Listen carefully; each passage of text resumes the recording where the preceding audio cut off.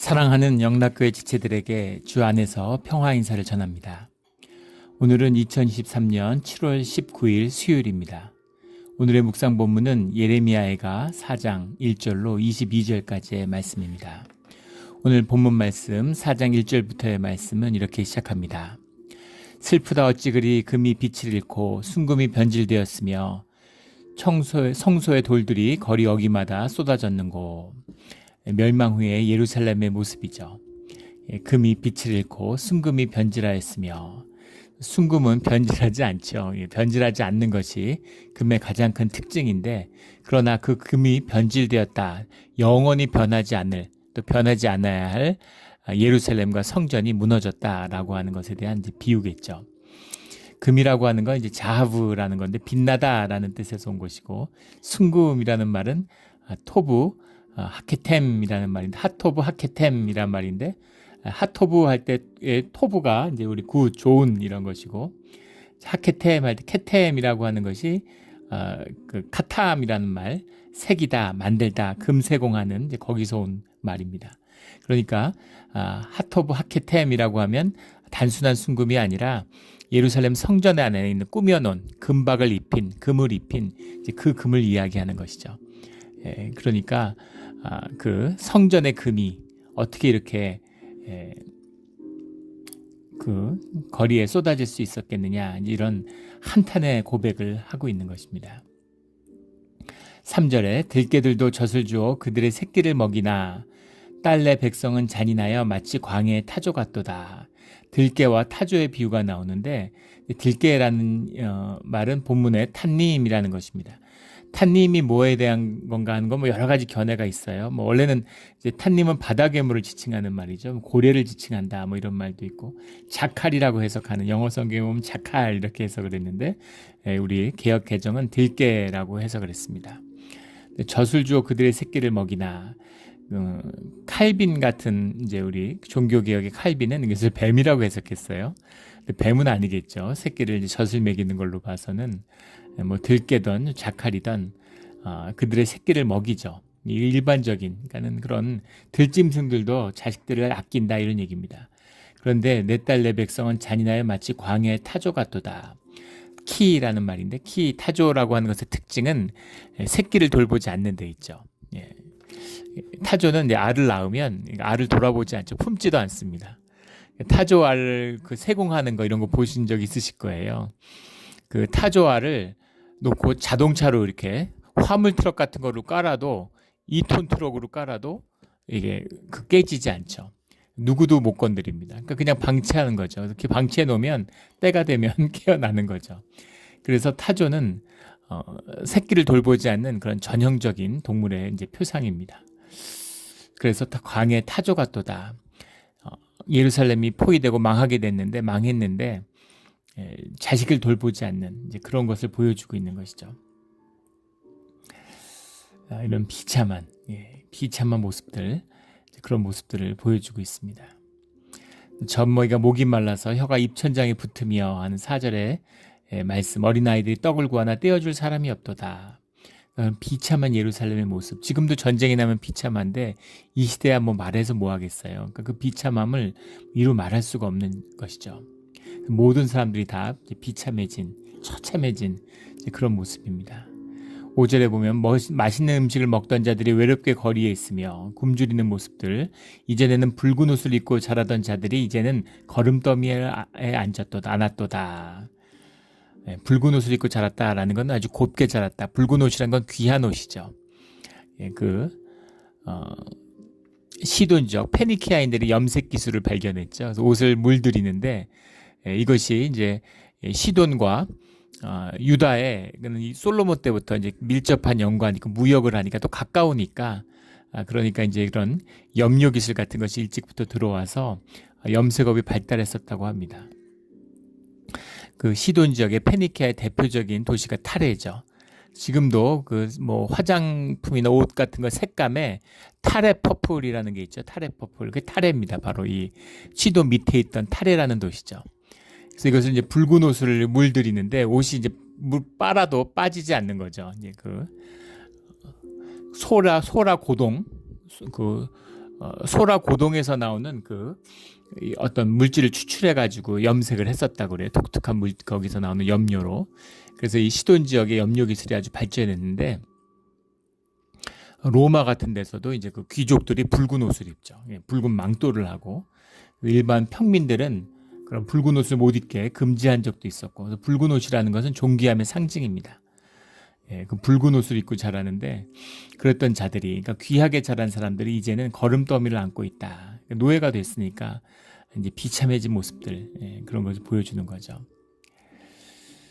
6절에 전에 소돔이 사람의 손을 대지 아니하였어도 순식간에 무너지더니 이제는 딸내 백성의 죄가 소돔의 죄악보다 무겁도다.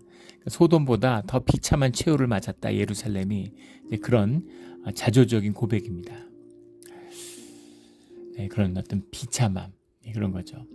그 비참함의 가장 극적인 표현이 9절에 나오는 칼에 죽은 자들이 줄여 죽은 자들보다 나음은 토지 소산이 끊어짐으로 그들은 찔림받은 자들처럼 점점 쇠약하여 가미로다.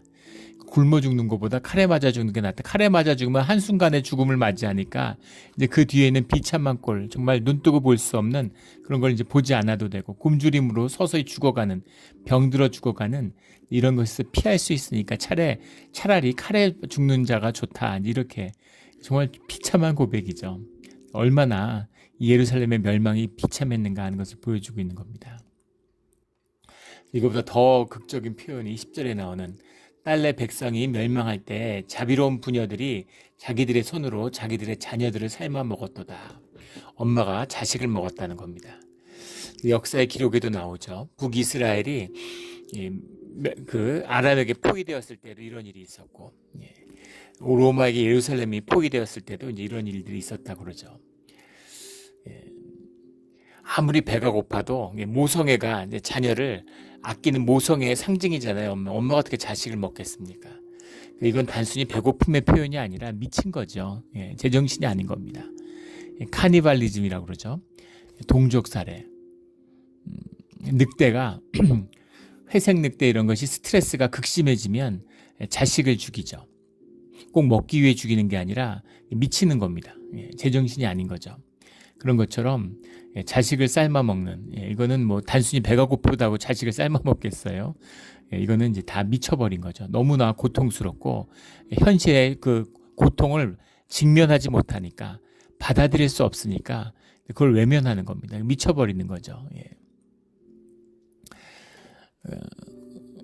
홈리스 사역을 하는 분들한테 이제 그런 말씀을 들어요. 홈리스라는 것이 이제 말이 안 되잖아요. 어떻게 사람이 길에 자겠습니까? 그런데 왜 거기서 벗어나지 못할까? 근데 그 홈리스 생활을 한 달, 두 달, 한 두세 달 이렇게 가면은 2번 다시 회복이 안 된답니다. 그것을 받아들이지 못하기 때문에, 홈리스로 살아간다는 삶을 받아들일 수 없기 때문에 정신줄을 놔버리는 거죠. 미쳐버리는 겁니다. 그래서 고통스럽고 뭐 몸도 아프고 그런 것도 있겠지만 그 엄청난 현실, 무너진 현실을 받아들이지 못하니까 미치는 거죠. 또 미치니까 괴롭잖아요. 그러니까 그것을 위로해 줄 수 있는 건 약물밖에 없는 거죠. 그래서 완전히 이제 정신적으로 무너져 버리는. 그래서 왜 저럴까 하는데 회복시킬 수 없는 거죠. 그러니까 그 극단적인 형태, 그 미쳐 있는 형태가 자비로운 부녀들이, 엄마들이 자녀를 삶아 먹었다라는 이런 기록입니다. 11절에 여호와께서 그의 분을 내시며 그의 맹렬한 지도를 쏟으시며 시온에 불을 지르사 그 터를 사르셨도다. 주님의 임재를 타는 불에 비유하죠. 심판의 불인데 시온에 불을 지른 것이 주님이시라는 겁니다. 소돔을 무너뜨린 분, 그분이 예루살렘을 무너뜨렸다. 이런 고백이죠. 시온에 불을 질렀는데 그 터를 사르셨다는, 이게 중요한 거죠. 건물은 불사르면 다시 세울 수 있습니다. 터를 불살랐다는 건 무슨 의미일까요? 거기에 다시 건물을 지을 수 없게 되었다는 것이죠. 웬만해서는 아무리 불이 나도 터가 불사르진 않는다고 그래요. 우리 옆에 건물 짓고 있지만, 우리 옆에 호텔 짓고 있죠. 교회 옆에. 지금 건물은 잠깐 올라가죠. 건물은 금방 올리더라고요. 근데 그 터를 잡는 것, 그 터를 다지는 것이 이제 굉장히 중요한 거죠. 그 털을 다지는데 터의 의미, 지금은 이제 뭐 철근 콘크리트가 되니까 철근 콘크리트의 발명이 이제 역사의 큰 전기죠.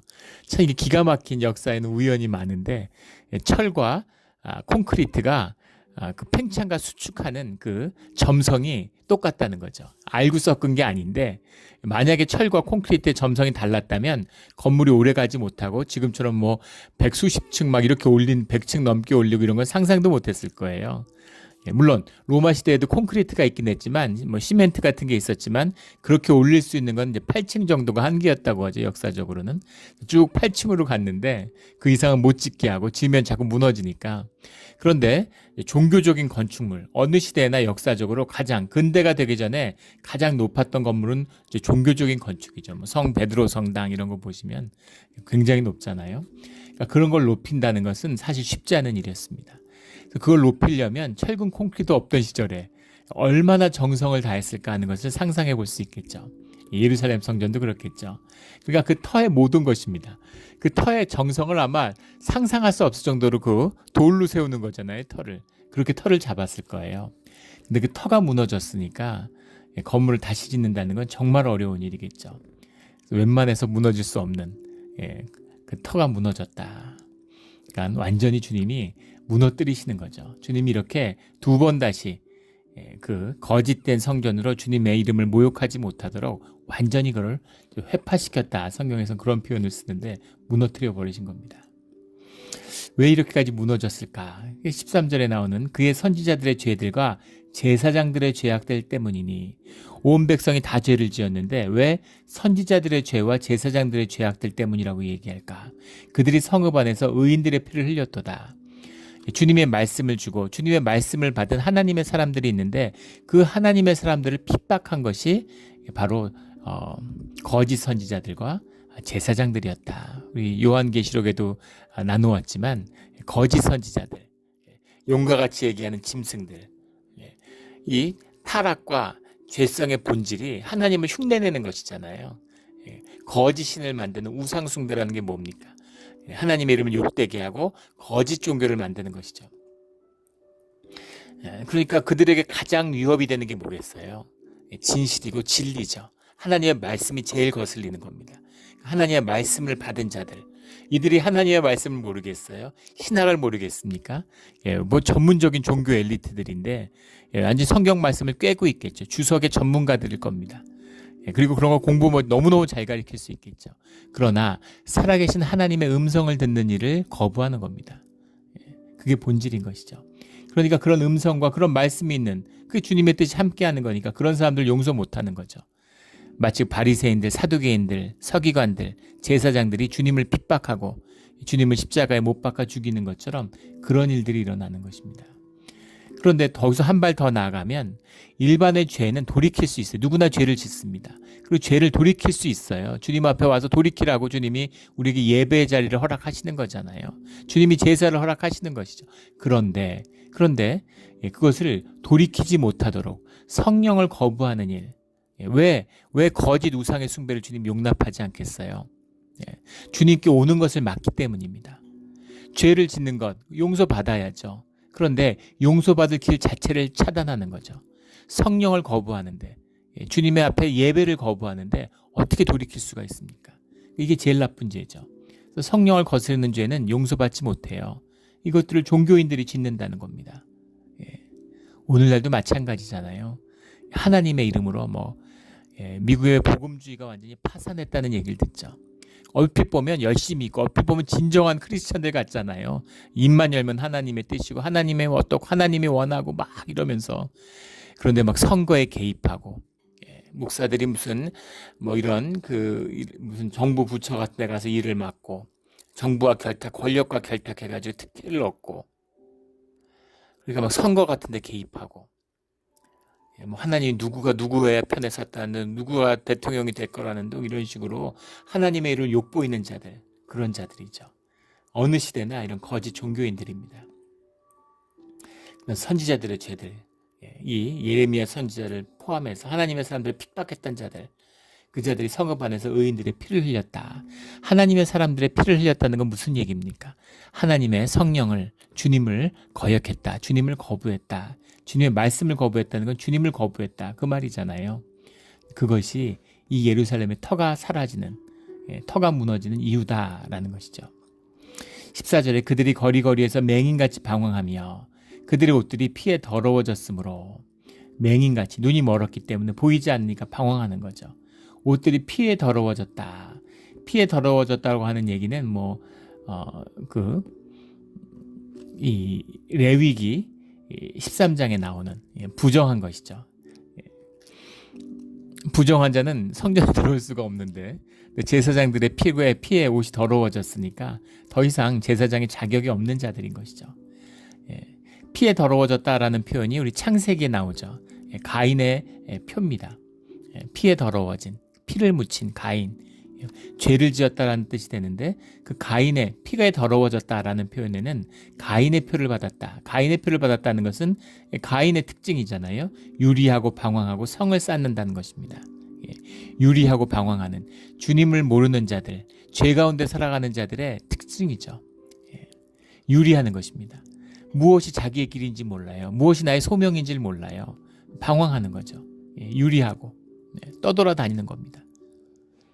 그리고 성을 쌓아요. 불안하니까, 두려우니까. 여기는 내 구역이야. 여긴 내 거야. 내가 나를 지켜야 되니까 성을 쌓는 것이죠. 이것이 가인의 특징이죠. 이것이 피에 더러워졌으므로 라는 이 표현 속에 잘 들어있습니다. 가인의 후예들, 가인의 표를 받은 자들, 그들이 그 시대에 제사장들, 선지자들이었다. 이런 것이죠. 그러니까 성전, 예배, 이것을 정말 지켜야 하는 것입니다. 죄를 짓고 무너지고 유리할 수 있어요. 떠돌아다닐 수 있습니다. 그러나 그것을 돌이키고 돌아올 곳이 있어야 되잖아요. 회복시킬 곳이 있어야 되잖아요. 그러니까 성전을 지켜야 되는 것이, 예배를 지켜야 되는 것입니다. 그러면 회복할 수 있고 돌이킬 수 있습니다. 반전을 이뤄낼 수 있어요. 그런데 성전이 무너지면, 예배가 무너지면 끝인 겁니다. 그게 예루살렘의 운명인 것이죠. 우리 삶의 어느 순간에도, 어떤 때에도 교회와 예배를 지키는 우리 믿음의 사람들이 되기를 주의 이름으로 축원합니다. 15절에 사람들이 그들에게 외쳐 이르기를 저리 가라, 부정하다. 저리 가라, 저리 가라. 레위인들이, 제사장들이 성전을 지키기 위해서, 예배를 지키기 위해서 부정한 사람들을 물리쳐야 되는 거죠. 지켜야 되는 거죠. 근데 반대예요. 거리에 맹인같이 제사장들이 방황하고 있는데 사람들이 그들에게 저리 가라. 수루라는 말이죠. 수루라는 말인데 수루는 이런 말이 계속 나오죠. 수루, 저리 가 이러는 거죠. 비켜, 꺼져, 이런 저리 가, 꺼져, 이런 거죠. 제사장들에게 일반 사람들이 제사장들 보고 너희 너무 더러워, 꺼져, 너무 부정해, 이렇게 얘기된다는 겁니다. 황당한 이야기인데 이것이 예루살렘의 모습이다. 부정하다라는 건 탐해라는 거죠. 탐해라는 건 이제 말 그대로 unclean 이런 영어로 하면 to be, 존재에 관한 얘기예요. 그러니까 죄를 지었다라 할 때 쓸 to be unclean 이런 거죠.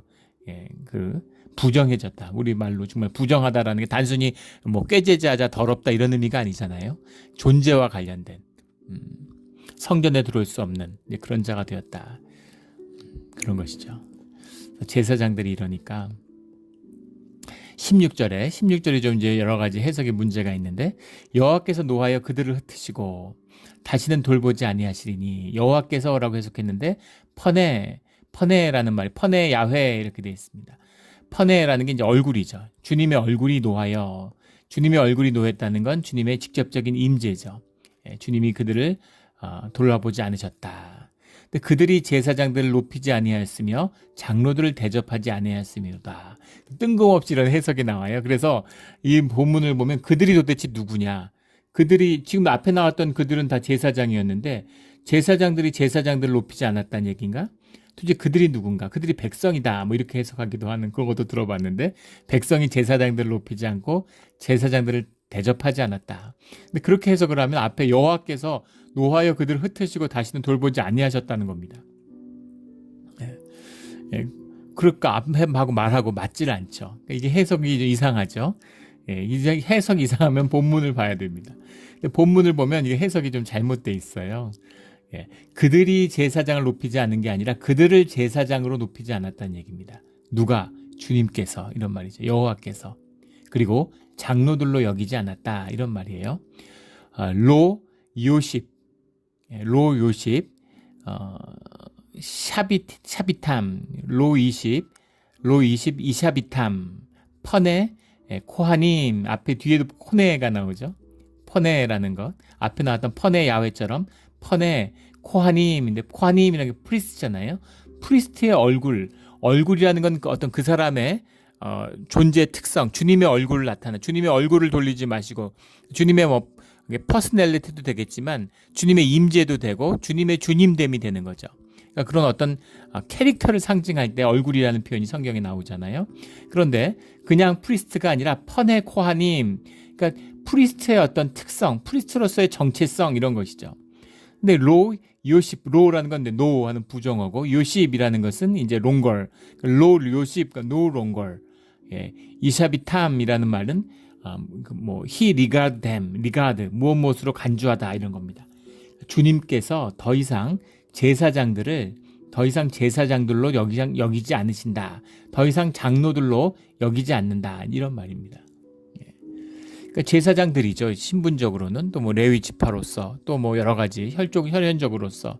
그러나 그들은 이제 그 정체성을 잃어버렸다는 겁니다. 더 이상 주님이 그들을 제사장으로 여기지 않아. 주님이 제사장으로 대하지 않아요. 그러면 제사장이 아닌 것이죠. 예, 목사인데, 뭐 안수 받았는데, 뭐 교단에 소속돼 있는데, 예, 뭐 교회 담임 목사인데, 이런 거 다 의미 없다는 것이. 주님이 목사로 여기지 않는데, 예, 그 무슨 의미가 있겠어요? 그러니까 그런 겁니다. 예. 예, 성전을 지켜야 되는데 부정함으로부터 사람들이 길거리에서 부정하다 저리 가라 이렇게 얘기하는 그런 제사장들이 되었다라는 겁니다. 예, 아직 뭐 이 정도건지는 모르겠지만 오늘날 기독교의 모습 같아요. 예, 기독교의 모습 같습니다.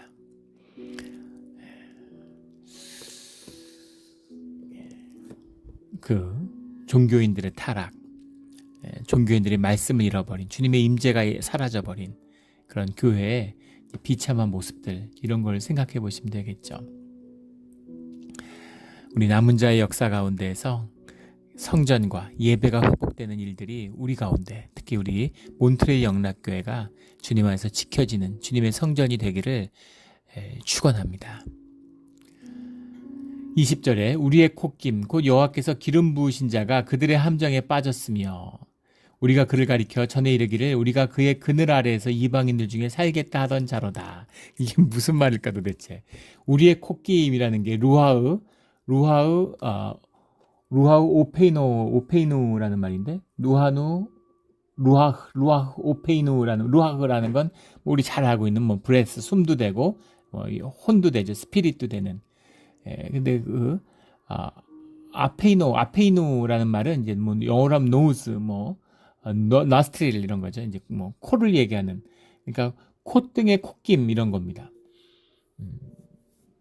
콧등의 콧김이다, 우리의 루하우다라는 건 굉장히 높이는 표현이죠. 예, 우리의 영, 예, 우리의 스피릿, 예, 우리가 뭐 무슨 일을 할 때 우리의 성을 간다, 우리의 이름에서 성을 더 중시하는 것처럼, 예, 정체성의 뿌리인 것처럼 내 영혼을 팔았다. 우리가 우리말에도 그런 말 있잖아요. 예, 영혼을 팔아서, 뭐 다 팔 수 있는데 영혼은 팔면 안 되는 거죠. 영혼을 팔았다. 뭐 가진 거 다 팔고 몸을 팔고 마지막에 영혼을 팔았다, 이런 것처럼 우리의 영혼, 우리의 콧김이라는, 우리의 콧김하니까 좀 우스운데, 르아흐라는 건 우리의 심령, 우리의 영혼, 이런 말이죠. 그러니까 굉장한 최상의 가장 소중한 것, 가장 귀한 것, 이런 겁니다. 곧 여호와께서 기름 부으신 자, 이것은 이제 왕을 상징하는 말이죠. 왕을 얼마나 소중히 여겼는지, 지도자를 얼마나 소중히 여겼는지를 말하는 겁니다. 그러면 우리의 심령과 같은 우리의 콧김, 기름 부은 자가 누구냐? 예, 그래서 뭐 이게 요시하다, 뭐 시드기야다, 뭐 히스기야다, 뭐 온갖 얘기들을 하는데, 그런데 이것이 이제 시드기야겠죠. 왜냐하면 뒤에 나오는 이 말 때문입니다. 우리가 그의 그늘 아래에서 이방인들 중에서 살겠다 하던 자로다. 시드기야가 이제 끌려갔잖아요. 예, 코를 꿰어서 새슬에 메어서 끌려갔는데 왕이니까 그리고 왕을 중심으로 왕국의 정체성이 있으니까 여호와의 정체성이 무너졌는데 뭐가 남았겠어요? 그 왕을 중심으로 대부분 나라들이 그렇죠. 왕을 중심으로 똘똘 뭉치는 거죠. 그래서 우리가 비록 바벨론에 끌려가서 노예 생활을 하고 있지만 우리가 왕을 중심으로 똘똘 뭉쳐서 유대 민족으로 우리가 같이 살아남을 수 있어. 이제 그렇게 생각했다는 것이죠. 우리가 그의 그늘 아래서 이방인들 중에서 살겠다. 우리가 시드기야를 중심으로 똘똘 뭉치면 바벨에서 살아남을 수 있어. 이런 얘기를 했다는 겁니다. 마치 백제가 망했는데 의자왕이 당나라로 끌려갔잖아요. 백제 유민들이 다 끌려갔는데 우리가 의자왕을 중심으로 똘똘 뭉치면 백제 유민으로서 살아남고 우리가 백제 사람으로서의 정체성을 지킬 수 있을 거야. 턱도 없는 소리죠. 그런 것에 대한 이런 전 자조 섞인 이런 고백인 거죠. 이게 말이 되냐? 이게 되겠냐? 이런 겁니다. 안 되죠. 이게 되겠습니까? 북한에서 백두혈통, 김일성, 김정일 3대가 걸쳐서 충성하고 있는 것 같지만 만약에 북한이 무너지고 나면 북한의 정권이 권력을 잃고 나면 그 통제의 체제가 무너지고 나면 독재가 무너지면 그러면 북한이라고 하는 북조선이라고 하는 정체성이 지켜질까요? 김정은을 중심으로 턱도 없는 소리죠. 한순간에 연기처럼 사라질 겁니다. 단 1년도 가지 않을 거라고 봐요. 일본이 그 황국 신민으로 키우겠다고 내선 일체를 이루겠다고 그렇게 우상 숭배를 강요했는데 매일 기도시키고 매일 그 신사 참배하게 하고 신사를 향해 기도하게 하고 그런데 일본이 패망하니까 연기처럼 하루아침에 사라졌죠. 거짓으로. 그것이 인간의 심령의 비밀입니다. 거짓으로 사람을 잠깐 속일 수도 있지만 영원히 사로잡지 못하죠. 그런 말이 있죠. 서양 속담에 한 사람을 영원히 속일 수도 있고 많은 사람을 잠깐 속일 수 있지만 많은 사람을 영원히 속일 수는 없다. 뭐 이런 말이 있다고 그래요. 그런 것처럼 심령이 예전에 한 몇 번 나눈 적이 있었던 것 같은데 신문에 논설위원이 은퇴를 하면서 쓴 논설인데 굉장히 제가 감명 깊게 읽어서 오래 기억에 남습니다. 그 북한과 남북의 분단이 너무 오래되니까 이게 통일을 이룰 수 있을까 이런 것에 대한 이제 우려들이 나오는 거죠. 너무 이렇게 이질화됐다는 거죠. 근데 그분이 아무 걱정하지 않고 한순간에 통일이 이루어질 거다 이런 내용이었어요. 근데 그 근거를 대는 것이 일제시대 때 교장 선생님이 초등학생이었는데 교장 선생님이 올라와가지고 막 그 천황폐하의 은혜에 대해서 막 얘기하다가 막 감정이 북받쳐서 막 눈물을 흘리면서 회초리로 막 자기 팔과 다리를 막 때려가지고 막 팔에서 피가 흘렀다는 거예요. 그러면서 막 구하시 이러면서 이제 막 분하다 이런 거 분하다 너무 분하다. 왜 천황폐하의 은혜를 이렇게밖에 전할 수 없을까 이러면서 막 자기를 때리면서 막 몸에서 피를 흘리면서 울었다는 거예요. 그러면 전교생이 다 엉엉 울었답니다. 너무 가슴이 아프고 너무 슬퍼서 다 울었대요. 근데 신기한 것은 그 다음 주에 교장 선생님 얼굴 또 볼 때까지 한 번도 천황폐하를 생각하거나 그리워하거나 고마운 적이 없었다는 겁니다. 왜일까요? 그게 거짓이기 때문입니다. 거짓은 인간의 심령을 사로잡을 수가 없어요.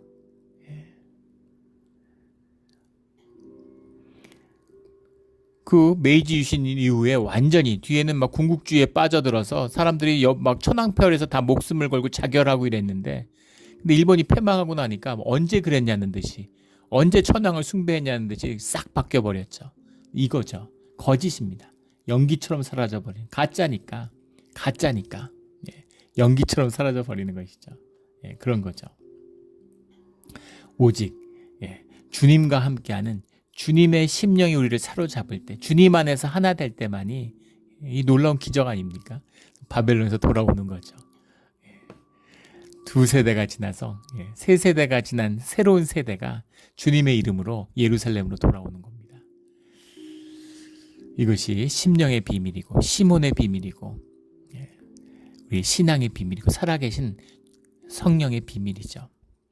우리 이런 역사가 우리 가운데 일어나기를 주의 이름으로 축원합니다. 21절에 우스 땅에 사는 딸 에돔아 즐거워하며 기뻐하라. 잔이 내게도 이를지니 내가 취하여 벌거벗으리라. 벌거벗는다는 의미는 노예가 된다, 이런 뜻이죠.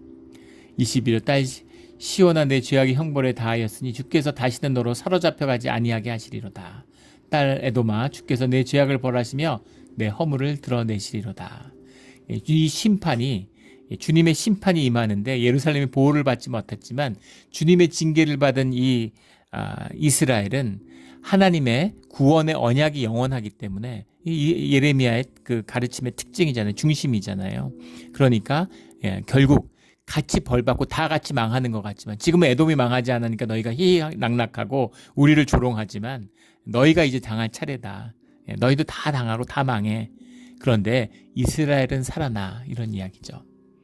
그 말씀대로 되었죠. 이때는 눈물을 통곡을 하면서 이런 고백을 했겠지만 예레미야 선지자가 에돔이 어디 있습니까? 바벨론이 어디 있나요? 아수르가 어디 있습니까? 그런데 이스라엘은 오늘 우리 가운데 살아있는 것이죠. 우리의 이름으로 우리가 이스라엘로 살아있는 것입니다. 이런 깊은 심령의 비밀, 구속의 비밀, 주님의 은혜를 함께 살아가는 우리의 참된 신앙이 되기를, 어떤 일이 있어도 교회와 예배를 지키는 예배자들이 되기를 예수 그리스도 이름으로 축원합니다. 아멘. 하나님 아버지, 같이 기도드리겠습니다. 하나님 아버지, 감사합니다. 죄 가운데 살고 죄성의 육신을 입어서 정말 주님을 따라 주님의 이름으로 살아가고 싶지만 넘어지고 쓰러지는 우리들입니다. 그러나 주님, 우리에게 안식일을 허락하시고 예배를 허락하셔서 돌이킬 수 있게 해주시니 감사합니다. 또 십자가의 보혈을 흘려주셔서 우리의 죄를 씻어주시는 것에 감사드립니다. 주님의 보혈에 옷을 빨고 또 빨아서 신부의 하얀, 새하얀 깨끗한 옷을 입은 주님의 장성한 그런 신부로 자라나게 하여 주시옵소서. 준비된 신부가 되게 하여 주시옵소서. 감사하며 예수 그리스도의 이름으로 기도드렸습니다. 아멘.